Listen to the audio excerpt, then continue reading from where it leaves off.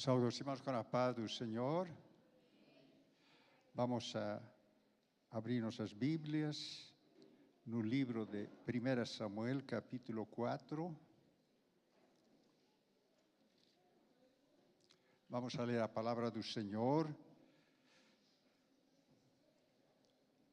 do versículo 19 ao 22. 1 Samuel, capítulo 4, versículo 19 ao 22.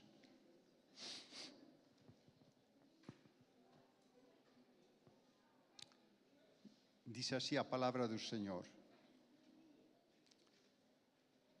Estando sua nora, a mulher de Fineas, grávida e próximo ao parto, ouvindo estas novas de que a arca de Deus fora tomada e que seu sogro e seu marido morreram, encurvou-se, deu à luz e porquanto as dores lhe sobrevieram. Ao expirar, disseram as mulheres que a assistiam: não temas, pois tiveste um filho. Ela, porém, não respondeu, nem fez caso disso. Mas chamou o menino de Icabode, dizendo: foi-se a glória de Israel. Isto ela disse, porque a arca de Deus fora tomada, e por causa do seu sogro e do seu marido.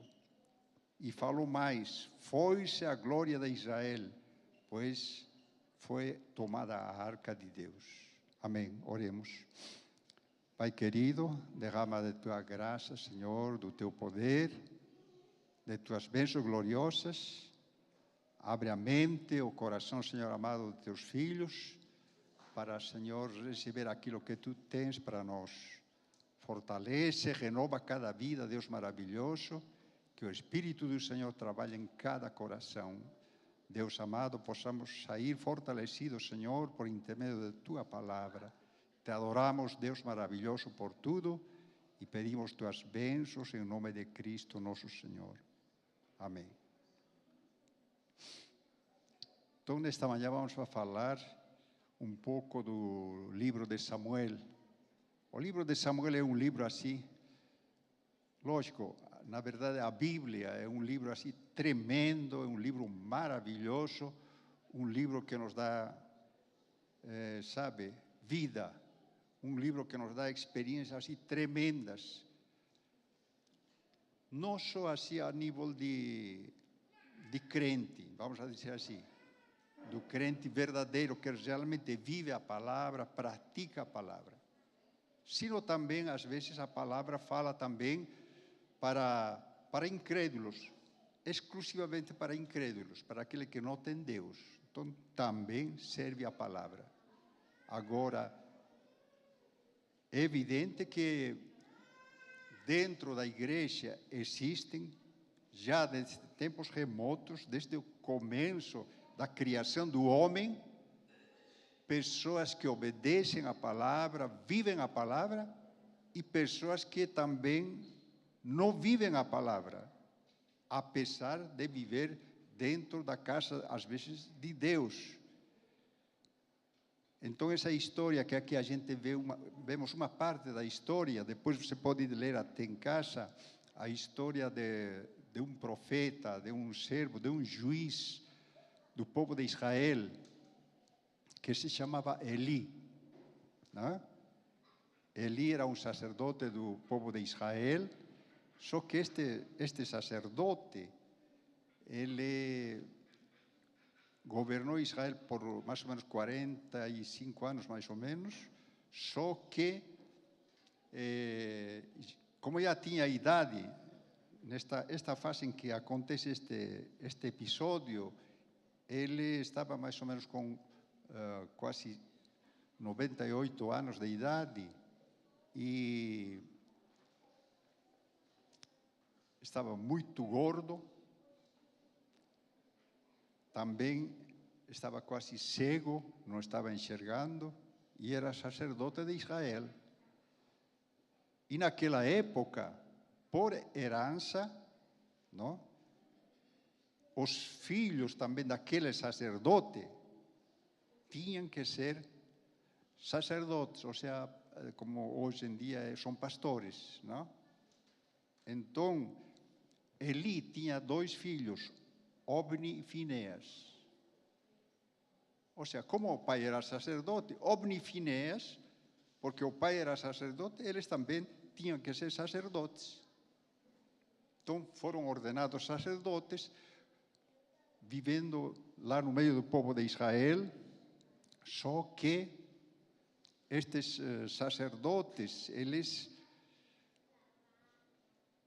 não estavam fazendo aquilo que agradava ao Senhor. Não? Esse era o triste. Então, nós encontramos aqui essa palavra Icabod, ou Icabode, foi-se a glória do Senhor, significa isso. A glória do Senhor já era. Não? E tem outra palavra que se chama Ebenezer, que significa que a pedra de socorro é Cristo. Ou seja, Cristo é que governa a vida daquele homem, daquela mulher ou daquela família. Então, a pergunta seria, você está vivendo Icabod ou está vivendo Ebenezer?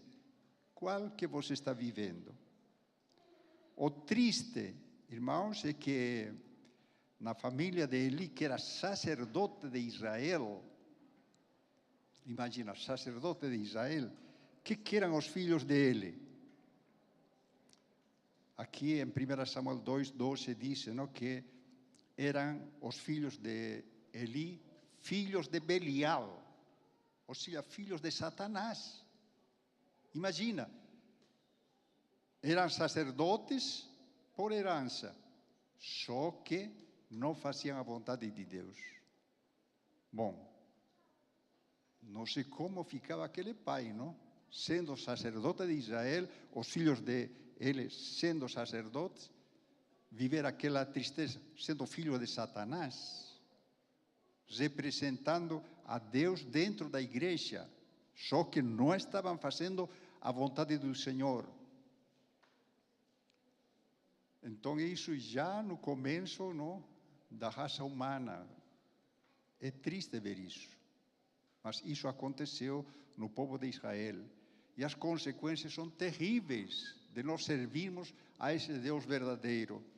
Nós encontramos também em Gênesis capítulo 19, não, como os homens daquela cidade cometiam coisas horrorosas. Diz, antes que se deitassem, cercaram a casa os homens daquela cidade, os homens de Sodoma, desde o moço até o mais velho, de todos os bairros. E também em Josué capítulo 19, 20 ao 22, relata uma história. Sabe, às vezes a gente vê aquele desfile de LGBT, não? Teve aqui em Campinas, em São Paulo e em outras cidades tem. Irmãos, vocês não têm ideia o que significa aquilo. Sodoma e Gomorra foi destruído, porque já naquela época havia esse tipo de gente, esse tipo de pessoas, esse tipo de pensamento que hoje em dia também está, vamos a dizer, atual. Imagina, hoje em dia até tem preferência, às vezes por causa das leis, ceder aquelas pessoas para continuar vivendo essa vida. Imagina se Deus atuasse como atuou naquela época, não? Onde Sodoma e Gomorra foi destruído. Imagina, eles estão desfilando de repente lá em São Paulo, ou em Campinas, ou em um lugar, de repente vem um terremoto levar todas aquelas pessoas. Então, aconteceu isso em Sodoma e Gomorra. Então, nós vemos que faziam isso os filhos de Eli. Eram homens de Belial, homens de Satanás. Diz em Juízes, não? O homem dono de casa saiu para dizer-lhes, não, irmãos meus, ora, não façais semelhante mal para que este homem que entrou em minha casa não faça tal loucura. Eis que minha filha é virgem e a concubina dele vai tirá-lo fora, humilhar ela, fazer dela o que vocês quiserem, mas não toquem neste homem, não façam essa loucura. Porém, aqueles homens não quiseram saber, não quiseram ouvir. Então, aquele homem pegou da sua concubina, tirou para fora e eles abusaram toda aquela noite, subindo a alba o deixaram. Olha essa maldade naquela época já. Ou seja, hoje em dia, não, as pessoas preferem, às vezes, ter uma amizade, uma relação homem com homem, mulher com mulher. Isso não é bíblico. Não? Mesmo que existam leis, tudo que diz que respeita tudo, se a mão de Deus pesar, certamente vão aparecer. E, aliás, por causa disso mesmo, tem gente que está lamentando hoje porque existe o câncer. Não? Tem câncer, não sei de quê, de útero, disso, de aquilo, tal.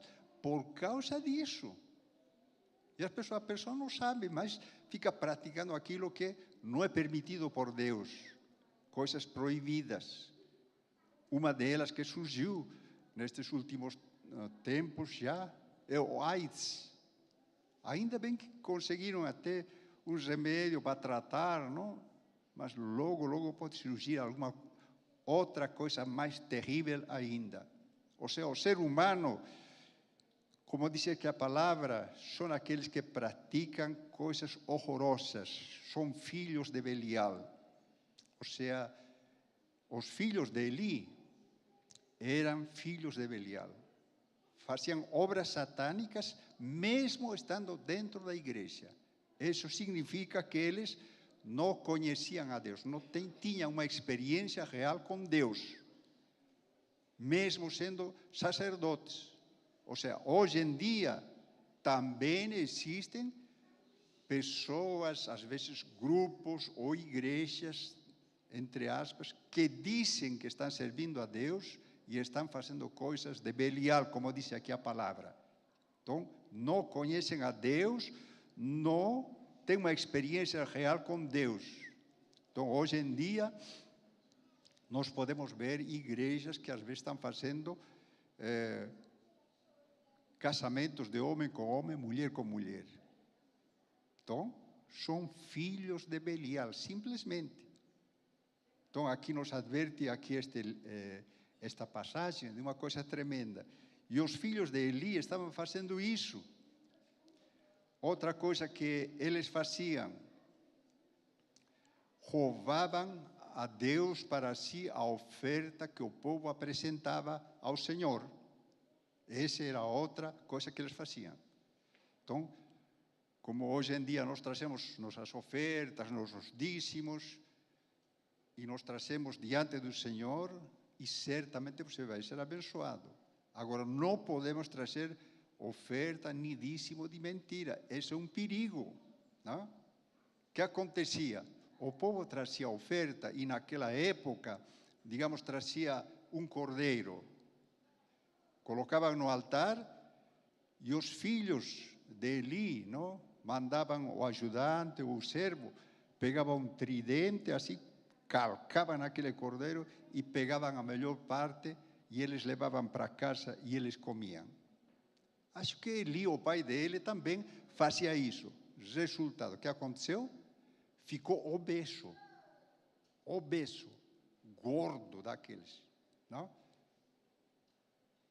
Uma oferta de mentira que ele estava comendo o próprio sacerdote de Israel.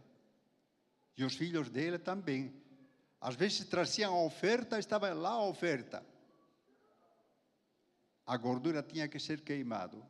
Só que os filhos dele eles não permitiam. Não, antes que queime a gordura, eu vou pegar isso. Pum, pegava com aquele tridente e tal na panela ou naquele negócio que estavam queimando e eles comiam aquilo.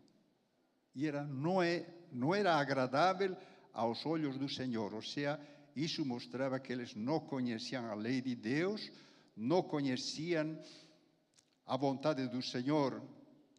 Ou seja, estes homens, apesar, digamos, de participar da Santa Ceia, de trazer a oferta, tudo, não estavam fazendo a vontade do Senhor.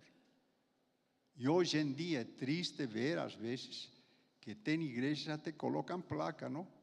Aqui nós fazemos casamento, tal, de homossexuais. Tem lá, por exemplo, lá em Rio Grande do Sul tem, em Rio de Janeiro tem, não? Essas igrejas.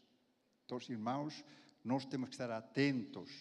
Hoje em dia, é verdade, existem igrejas que fazem a vontade de Belial, fazem a vontade de obras satânicas, coisas que não agradam ao Senhor. Então, nós temos que ter cuidado. Outra coisa que faziam os filhos de Eli, profanavam a casa de Deus. Olha que tristeza, não? 1 Samuel 2, 22, disse assim, 2, 22. Era, porém, Eli muito velho e ouvia tudo quanto os seus filhos faziam, todo Israel, e de como se deitavam com as mulheres que serviam à porta da tenda da congregação. Olha só, irmãos, prostituição dentro da igreja. Como que pode? Certamente a palavra de Deus está falando, não está falando a incrédulo, está falando a um povo de Deus. E hoje em dia existe isso. Estava ouvindo até um comentário de um pai que estava lamentando. Esse pastor, ele faz propaganda na televisão, uma beleza, tal, prega a palavra, tudo, mas o filho dele mostrando coisas pornográficas, não? Nos fez, não sei, era tipo de um Eli, hoje em dia. Então é triste. Satanás, ele está trabalhando para enganar o povo de Deus. Então, os filhos de Eli também faziam isso. Resultado, é lógico, é um mau exemplo, é um mau testemunho. Imagina, a prostituição dentro da igreja. Isso acontecia com o povo de Israel naquela época, em que os filhos de Eli estavam fazendo coisas que não valem, que Deus certamente reprovava. Um mau exemplo. Dice 1 Samuel 2, 24, não, filhos meus, porque não há uma boa fama que ouço de vocês. Vocês transgredem e o povo do Senhor. Falava Eli assim. Lógico, já era velhinho, estava enxergando pouco. Não sei se por isso os filhos não davam mínima importância. Deve ser muito triste, não? Muito triste.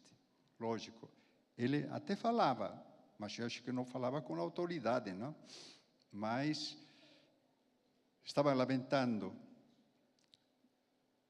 Ofni e Finéias não ouviram o conselho do pai. Ao contrário, eles endureceram o seu coração e continuavam pecando. Isso é triste. Agora, nós vemos que tudo isso teve uma consequência terrível para o povo de Israel e para Eli, para seus filhos, não? E para toda aquela geração que estava seguindo aquela doutrina, não? Aquela orientação que teoricamente serviam a Deus. Então, eles receberam uma tremenda consequência. Nós vemos 4 consequências terríveis. 1 Samuel 2,30 diz assim: os homens que não honram ao Senhor serão desprezados por Deus. Lógico, não está fazendo a vontade do Senhor, aquela pessoa vai ser desprezado por Deus. Outra consequência, perdem a autoridade espiritual.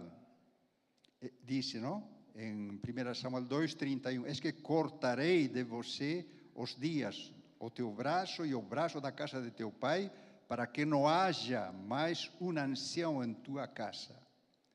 Ou seja, o sacerdote Eli perdeu a autoridade de ser sacerdote, os filhos dele também perderam a autoridade de ser sacerdote da casa do Senhor.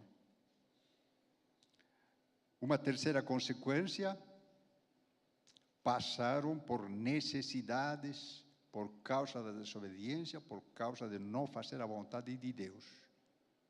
Resultado, lógico, foram afastados completamente, não?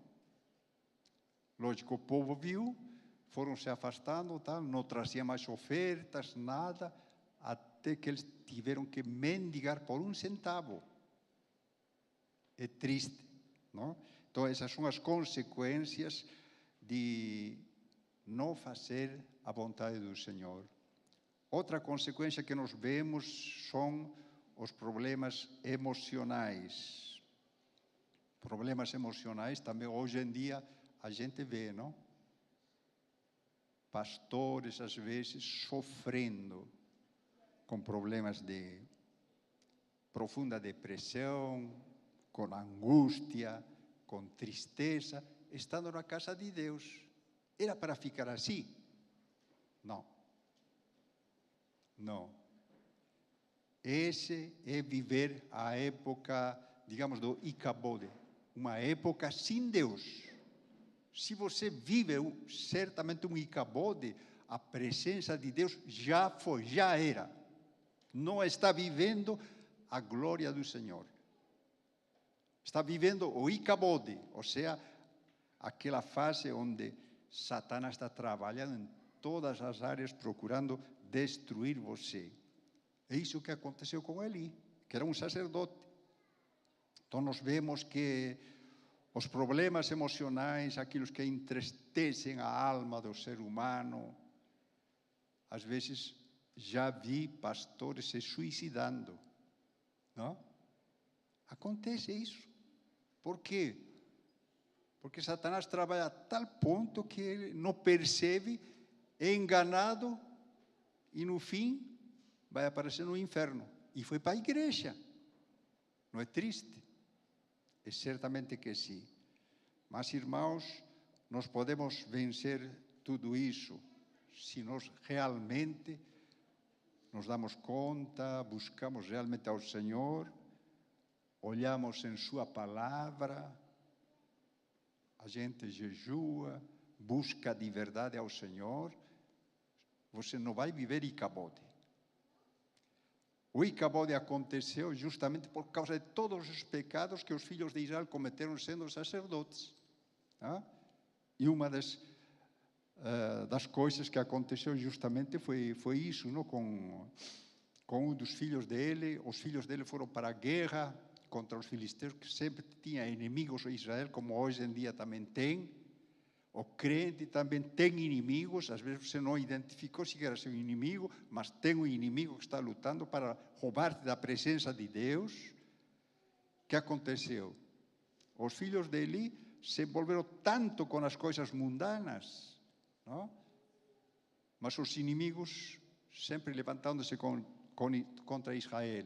E os filisteus eram um desses inimigos. Os filisteus, eles disseram, vamos atacar Israel, pronto, vamos tomar aquela terra. Eles atacaram.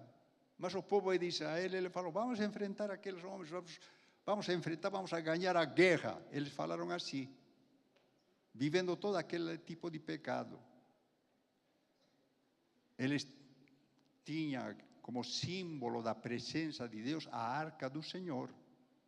A arca de Deus representava a presença de Deus, ou seja, quando o povo de Israel estava em comunhão com o Senhor, quando eles levavam a arca na frente do exército, o exército inimigo era derrotado.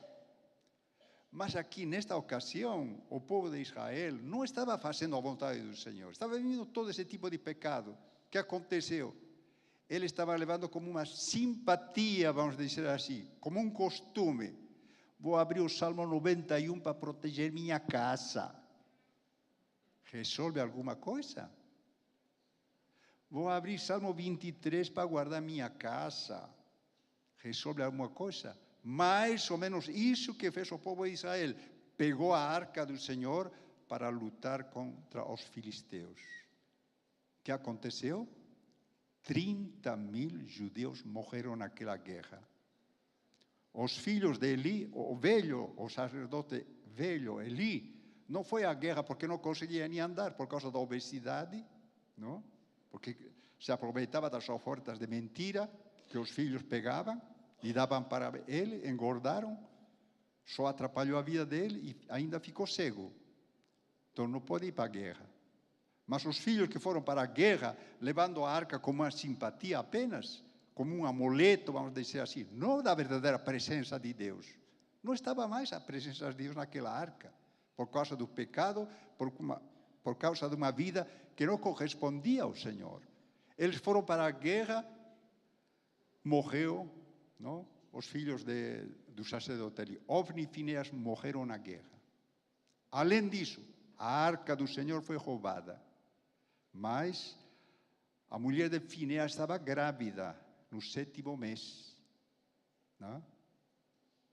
Quando soube a notícia, olha, teu marido morreu, teu sogro morreu, a arca do Senhor foi roubada, imediatamente veio as dores do parto. Vieram as dores do parto, tal, não sei o quê. Aí foi assistido por aquelas enfermeiras, pelas parteiras daquela época, deu à luz ao menino. E as enfermeiras falaram para a mulher, não fica triste, não, apesar da situação que aconteceu, você ganhou um menino. Ela não quis nem saber. Ela falou, põe o nome de Icabode. E ela morreu. O que quer dizer Icabode? A glória do Senhor já foi. Já foi. Ou seja, morte, Icabode significa morte, derrota, frustração, aquilo que não vale nada. Então, é triste viver uma vida de Icabode, ou seja, angústia, tristeza, depressão, frustração. Tudo isso acontece quando você não identifica Satanás trabalhando na vida do ser humano.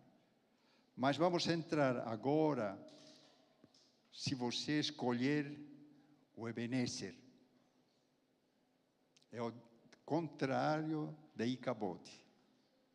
Ebenezer significa até aqui nos ajudou o Senhor. Mas para viver o Ebenezer de Deus, o que você tem que fazer? O que você tem que fazer? Aqui a palavra do Senhor nos fala que temos que converter-nos ao Senhor. 1 Samuel 7:3, não? Fala, não? Então Samuel, toda a casa de Israel, dizendo, se com todo o coração vos convertedes ao Senhor, tirai de entre vós os astarotes, preparai vosso coração ao Senhor, servi a Ele e vos livrará da mão dos filisteus.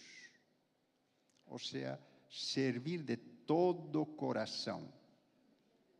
Coisas estranhas em nossa vida não podem atrapalhar-nos para servir a esse Deus.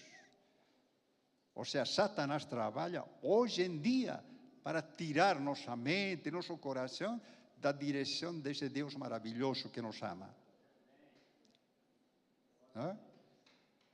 Não sei se aqui tem alguém ainda que adora algum ídolo. Sinto muito, mas vai ficar frustrado. Mas aqui, por exemplo, tem aquele negócio de time de futebol, né? Hoje não vou para o culto, imagina, 10 horas tem futebol, tal, né? Meu time vai jogar, então você troca, não? A vontade de servir a Deus por uma coisa que não vale nada. Quanta gente se matando, fazendo coisas horrorosas, não? Por causa do futebol. Não, o esporte em si não é mau. Aliás, temos que praticar algum esporte. Mas não podemos ser idólatras, não podemos ser fanáticos. Não? Então, essa idolatria é ruim. O esporte não, mas você tem que acordar para isso e afastar-se daquilo que nos afasta do Senhor. Ou seja, outro que nos afasta, certamente, é a idolatria, não? Para viver o Ebenezer, temos que falar, não, que nós não podemos adorar ídolos de jeito nenhum, qualquer que seja o ídolo. Minha novela, tal, não sei o quê. se você analisasse a vida daqueles artistas, homossexual, casou a 10ª vez, não sei o quê, coisas deploráveis. Não vale a pena. Você não vai conseguir nada com isso. E tem gente que perde tempo para assistir aquilo. Então, irmãos, nós temos que estar atentos para que não nos afaste de nosso caminho, de nosso andar e servirmos a esse Deus maravilhoso. Preparar nosso coração para servirmos ao Senhor. Não? Diz, ou seja, nossos sentimentos, nossos pensamentos, tal, devem estar dominados por esse Deus maravilhoso. Não deixar que o mundo nos ataque. 1 Samuel 7:3 diz, não? Servir só a Ele. Só Ele que é nosso Deus verdadeiro. Nada pode atrapalhar-nos. Tá? Nem filme favorito, time favorito, nada, nada. Pior ainda aquelas imagens que o povo faz, não? Ah, este mês é do Toninho, este mês não sei de quem, tá? Nada. Vai perder seu tempo, vai perder sua alma. Agora, quando nós acordamos e servimos a esse Deus, certamente nosso coração estará preparado para isso. Outra coisa para você viver o Ebenezer. Até aqui me ajudou o Senhor. Você é sacerdote, o homem de Deus, tal. Que lindo é você dizer, e teu filho? Ah, está pastoreando lá naquela igreja, naquele lugar. E tua filha? Está pastoreando lá na Argentina, tal. E outro? Está pastoreando aqui, tal. Não é gostoso? Hein? Muito bom. Esse Deus é muito maravilhoso. É tremendo. Faz grandes coisas em nossa vida. Mas se nós não atentarmos, por exemplo, como para confessar nossos pecados, para viver o Ebenezer de Deus, vamos a ficar frustrados. Agora, se nós confessarmos os nossos pecados, diz a palavra em Romanos 10:9, não? Se com tua boca confessares ao Senhor Jesus e em teu coração creres que Deus ressuscitou dentre os mortos, você será salvo. Que coisa tremenda. Ou seja, como humanos, é verdade, podemos, às vezes, cair em algum pecado, mas para isso temos um Deus perdoador, um Deus que mandou seu Filho Jesus Cristo para morrer por nós. E podemos chegar-nos a Ele e dizer, Pai, pequei, me perdoa. Tá? Assim como fez o filho pródigo. Ele ficou com dúvida de voltar para a casa do pai. Mas eu pedi a herança de meu pai. E agora, o que será que meu pai vai fazer? Será que vai me perdoar? Então ele, com medo, assim, tímido, ele foi perto da casa dele, de longe, olhou. Por sua vez, o pai também sempre estava assim, olhando. Será que meu filho volta? Será que meu filho volta? Será que meu filho volta? E um belo dia ele viu de longe que o filho vinha vindo com timidez. Ficava parado lá.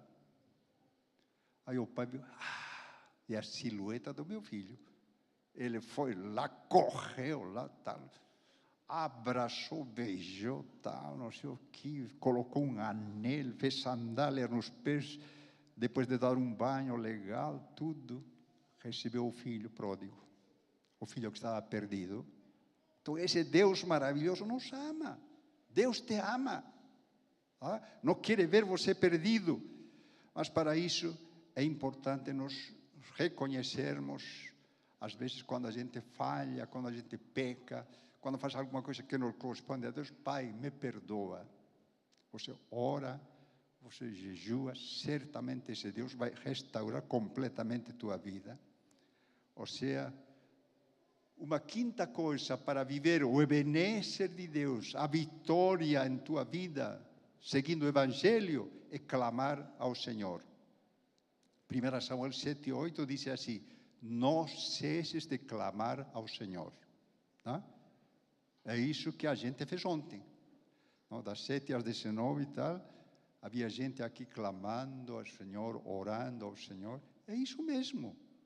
Não? Temos que orar, clamar ao Senhor. Quanto mais, muito melhor ainda. Certamente você está buscando o Ebenezer de Deus, o melhor para a sua vida. Não? Quando você está participando da oração que fazemos sexta-feira à noite, mesma coisa. Não só isso. Em casa, você tem que reunir seus filhos, tal, para orar ao Senhor. Na hora do almoço, tal, fala para seu filhinho, filhinho, ora você agora, tal. Às vezes ele vai orar, aquele que é tímido não vai querer, mas vai ensinando. Vai chegar um momento em que ele vai querer orar. Não? Vai viver para Deus. Você está levando o seu filho para viver o Ebenezer de Deus. Não o icabote, não a frustração, não a timidez, não a angústia, não o desespero. Você está levando o seu filho a viver uma vida de alegria, uma vida de bênção. Um sexto passo que o homem deve fazer para viver o Ebenezer de Deus é sacrificar-se. Não? A vida cristã é um sacrifício, não? Também, como nós vemos na vida dos filhos do pastor Eli, do sacerdote Eli, que eles roubavam a oferta, tal, isso não é bom. Não podemos trazer dízimo de mentira, nem oferta de mentira. Temos que trazer oferta de coração, dízimo de verdade. Isso vai ser uma bênção para a sua vida. Isso vai ser para você viver o Ebenezer do Senhor, ou seja, sacrificar-se. Ou seja, o crente que serve a Deus certamente faz um sacrifício e não está aqui para brincar apenas da igreja. Quando o crente, ele oferece seus dízimos, suas ofertas, eu digo para você, certamente vai ser mais que vencedor. Mas vai falar assim, como? Não? Como você está vitorioso? Como você é vencedor? Deus que faz. Não? Deus que faz. Às vezes, quando tivemos aquelas reuniões de pastores, viram os pastores da cidade aqui para fazer a reunião da OMEV, não? A gente convidou eles olharam, tal. Que chácara maravilhosa, tal. Falou assim, né? E isto é da igreja? Não, não é da igreja. É meu. É seu? É. Mas o Senhor mora aqui? Não. Onde o Senhor mora? Em outra chácara. Quem que deu para mim? Foi Ele. Foi Ele. Ele nos dá sabedoria, nos dá bênção, derrama do seu poder, de sua graça. E como eu vim do meu país? Não tinha nem autorização para trabalhar, não tinha nem carteira de trabalho. Tinha que legalizar ainda meu diploma. Quando eu fui buscar trabalho, tinha trabalho, mas não tinha carteira de trabalho, eu não sabia. Mas o que aconteceu? Deus preparou tudo para mim, pedi ao Senhor, né?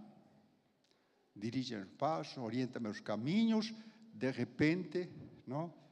Sem documento, sem nada, um amigo do meu sogro, que já partiu para o Senhor, ele me conseguiu trabalho no Hospital Irmãos Penteado, né? E lá não podia trabalhar como médico. Se você quer trabalhar como enfermeiro, tudo bem, mas você não pode trabalhar como médico. E ainda não pode trabalhar durante o dia, porque senão vem a Polícia Federal, a gente é multado. Se você quer trabalhar à noite, tudo bem. Aí comecei a trabalhar à noite, tá? Lógico, ganhava aquele dinheirinho, dava minha oferta, tudo bem, né? Tal. Continuo orando ao Senhor. Passou um tempo, o que aconteceu? A gente que serve ao Senhor, a gente que vive o Ebenezer de Deus, Ele abriu as portas. Consegui revalidar meu CRM, né? se eu ganhava, digamos, 1.500 todo mês trabalhando como enfermeiro, né? Aí, quando voltei, revalidei meu diploma, entrei em uma clínica, não? Eles me aceitaram, 12 horas de trabalho. Quanto? 700. Né? Faltava médico. Você quer ficar, por favor, mais 12 horas? Mas quanto ganho? Mais 700. 1.400 só é 24 horas. Aí no outro dia faltava médico. Mas não, precisa dormir. Né? Não, mas pode vir amanhã? Posso. Mas quanto? Bom, mais 1.500. Mais 1.500. Ou seja, em uma semana, meu Deus, minha vida mudou completamente. Não? Mas graças a quê? Que um dia eu conheci a Jesus Cristo e aprendi a viver o Ebenezer. Né? Então, um dia o Senhor, chegou minha vez de casar, e eu casei, tal, tudo. Aí, como sabem, não? Você tem que ter uma casa, né? Até tinha comprado uma casa lá de apartamentos, não? Aí meu sogro falou assim, você pretende ter filhos? Pretendo, lógico, pretendo ter filhos. Não? Aí ele falou, mas não vai ser, se for menino, apartamento não é bom, falou assim para mim. Por quê? Porque eles jogam bola, tá, não sei o que, não vai dar, não. É verdade, eu pensei, não? Lembrei de mais épocas quando a gente brincava de bola, não vai dar certo, não. Aí tinha comprado aquele apartamento, tá, mas ele falou assim para mim, você não quer comprar uma casa? Aí vende seu apartamento e compra aqui uma casa. Aí eu comprei uma casa. Então, a primeira casa que eu comprei, tá, é verdade, tinha espaço, tudo, tá, mas a igreja teve uma necessidade de ampliar, não? Então, não é que minha esposa veio a meu ouvido e falou assim, você não quer doar esta casa para o Senhor porque a igreja precisa. Fiquei pensando, meu Deus, não? Como vamos fazer isso? Aí eu orei ao Senhor, doei aquela casa para a obra do Senhor. Não? Quando doei aquela casa, de repente me apareceu uma casa melhor ainda, mais grande, com piscina, com tudo. Não? Falei, é isso que eu quero. E me diziam assim, não, aquele bairro é muito caro, tudo é muito caro. Não dá. Só que Deus me concedeu um bairro super, não? Uma casa para mim. Mas chegou uma época, tá? Olha, vamos ter que, não? Comprar um outro terreno para a igreja, não sei o que, tá? Você não quer vender esta casa de novo? De novo. E aí que surgiu a bênção. A gente doou, tá? Ajudamos tudo. E Deus me deu este terreno, né? De 21.700 metros. Aí eu falei, meu Deus, é muito grande, tá? Não sei o quê. Mas Deus não nos dá, é que a gente oferta, não? De cima. Deus é abençoador tremendo. Aí, no meu trabalho, os colegas comentam, estou alegre, tá? Que aconteceu? Comprei uma chácara, de quanto? 500 metros, tal, não sei como vou fazer, tal. A pessoa falando assim, se eu falo que eu comprei 21.700, não? Então, Deus é tremendo, maravilhoso, irmãos. Então, vamos a viver o Ebenezer de Deus, não? Então, 1 Samuel 7:9 está escrito, tomou Samuel um cordeiro que ainda mamava, sacrificou inteiro em holocausto ao Senhor. O crente que serve a Deus certamente faz sacrifícios. Às vezes você oferta para a obra de Deus, certamente você está plantando, você vai ver os frutos tremendos que Deus vai derramar em sua vida. Então é isso, viver o Evangelho. É isso e viver o Ebenezer de Deus. Tá? É isso e viver quando Deus realmente está agindo em nossa vida. Não é o Icabode, a vida de Eli, que era sacerdote. Não era qualquer homem, era sacerdote de Israel. Mas tanto ele como a família dele não fazia a vontade do Senhor.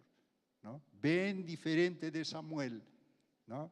Que a Ana orou, era estéril, não? Era estéril. Senhor, se um dia eu ficar grávida, meu filho, vou entregar ao Senhor. E justamente fez isso. Nasceu Samuel, passou um tempo, desmamou, levou para a casa do Senhor. Samuel cresceu na casa do Senhor. Ele foi um sacerdote fiel, tremendo, abençoado. Em compensação, Ana teve outros filhos, filhas, para glorificar o nome do Senhor. Então, é isso que Deus faz. Então, vamos a viver o Ebenezer de Deus. O Ebenezer significa que todos os crentes servem verdadeiramente ao Senhor. E cabode é ao contrário. E cabode é um afastamento do Senhor. É frustração, derrota, não vale a pena, não compensa. É depressão, frustração. Você vai ver gente, não? Eu vi muita gente frustrando. Que às vezes vem para a igreja, tal, inclusive há muitos anos já, na vida de pastor, de ajudante, na obra, não? Tínhamos um tesoureiro dentro da igreja. Coitado desse tesoureiro. Não é que dá oferta, porque a gente entregava a oferta, ele contava e registrava, não? Pegou um dinheirinho da oferta e ele colocou no bolso. O que aconteceu? Ficou endemoniado. Ele entregou a oferta, aqui está a oferta. Tudo certinho, tudo. Na hora ficou endemoniado. A gente teve que orar, tal. No fim ele confessou. Depois a gente teve que afastar, não? Não estava fazendo a vontade de Deus. Então, irmãos, Satanás, ele trabalha para a gente viver o icabode. Não pode. Nós temos que viver o Ebenezer de Deus. Vida com Deus. Comunhão com Deus. Adorando a Ele, fazendo a vontade dEle, obedecendo a sua palavra. Quando você vive o Ebenezer de Deus, você vai ser um crente vitorioso. Não? Vai ser um testemunho vivo neste mundo que está precisando de Deus. As pessoas que olham para você vão dizer assim: olha, eu quero ter um lar como aquele homem, como aquela mulher. Não? Por quê? Porque Deus está atuando em nossa vida. Nós vamos ser templo do Espírito Santo realmente. O Espírito de Deus agindo em nossa vida. Não apenas teoria. Não? Às vezes, em nosso serviço, a gente encontra assim, pessoas, não, que estão precisando de Cristo, tal. O senhor é pastor, tal, falam isso para mim, não? Sim, sou pastor, olha, tal. Estou ouvindo que estão falando bem do Senhor, eu vim de São Paulo para me consultar, tal, assim. Que bom, tal, não? Deus vai guiar sua vida, confia em Deus, aceita Jesus, tal. A gente tem a oportunidade de testificar, não? Do amor de Deus. Lógico, a gente que tem Cristo, que vive o Ebenezer, vamos a transmitir também para as pessoas que não vivam essa vida de tristeza, de angústia, de depressão, frustração, adorando ídolos, vivendo o icabode que ele viveu.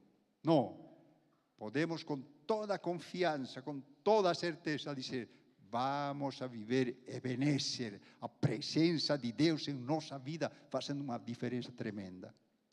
Então, irmãos, viva o Ebenezer de Deus. Amém? Vamos a ficar em pé e orarmos a esse Deus. Se alguém precisa de oração, pode vir aqui na frente, que Deus está para abençoar sua vida, para derramar de sua graça, do seu poder, fazer a diferença tremenda em sua vida.